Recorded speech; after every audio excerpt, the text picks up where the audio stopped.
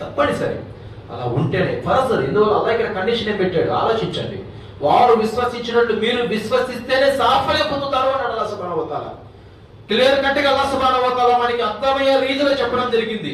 చెప్పిన తర్వాత కూడా దాన్ని మనము పక్కన పెట్టేసామనుకోండి, నేను చెప్పిన విషయం ఈ చెవులో విన్నామా, ఈ చెవులో పెట్టేసామనుకోండి, అల్లాహ్ వద్ద అడ్డంగా బుక్ అయిపోతాము. అల్లాహ్ సుబ్హానహు వ తఆలా ఇక్కడ బతికి ఉన్న రోజులు ఎన్నిసార్లు తౌబా చేసుకుని క్షమిస్తాడు, కానీ అక్కడ చనిపోయిన తర్వాత వెంటనే మనం ఇక్కడ చనిపోయిన తర్వాత ఎప్పుడైతే కబ్రస్థానానికి వెళ్తామో అక్కడ ఎన్నిసార్లు క్షమాభిక్ష అడిగినా కానీ అల్లాహ్ నేను క్షమించను అని అల్లాహ్ సుబ్హానహు వ తఆలా నిస్సంకోచంగా సమాధానం ఇస్తాడు. అల్లాహ్ తబారక వ తఆలా మనందరికీ కూడా సహాబా మజ్మైన్ కలిగిన విశ్వాసాన్ని అల్లాహ్ మనందరికీ కూడా ప్రసాదించుగాక.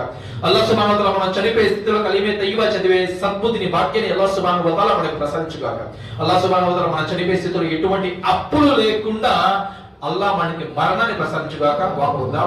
అల్లాహ్ సుబ్హానహు వ తఆలా